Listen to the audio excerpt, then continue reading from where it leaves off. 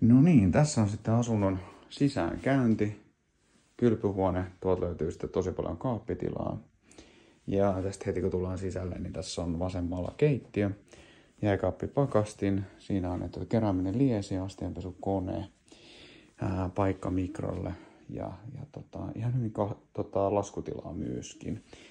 Sitten kun me käännytään tästä ympäri, niin tässä on asunto kokonaisuudessaan. Ensimmäinen kerros. Tässä on tämmöiset näköesteet. Ja tuolla on sitten aika iso tommonen alkovi myöskin.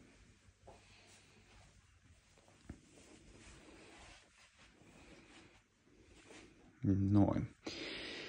Ja sitten on vielä, katsotaan vielä vaikka tästä, mä en tiedä, näkyykö tästä hyvin, joo. Ja sitten mennään tänne eteiseen ja eteisen kautta sitten tänne kylpyhuoneeseen. Kaappitilaa, toi on IV-kone, paikka pyykinpesukoneelle. Siinä on sitten peilikaappia ja sitten on allaskaappia ja suihku, WC-pönttö, ikkuna. Se on myös tommoinen, että siitä ei niin näe läpi. Aika hyvän kokoinen.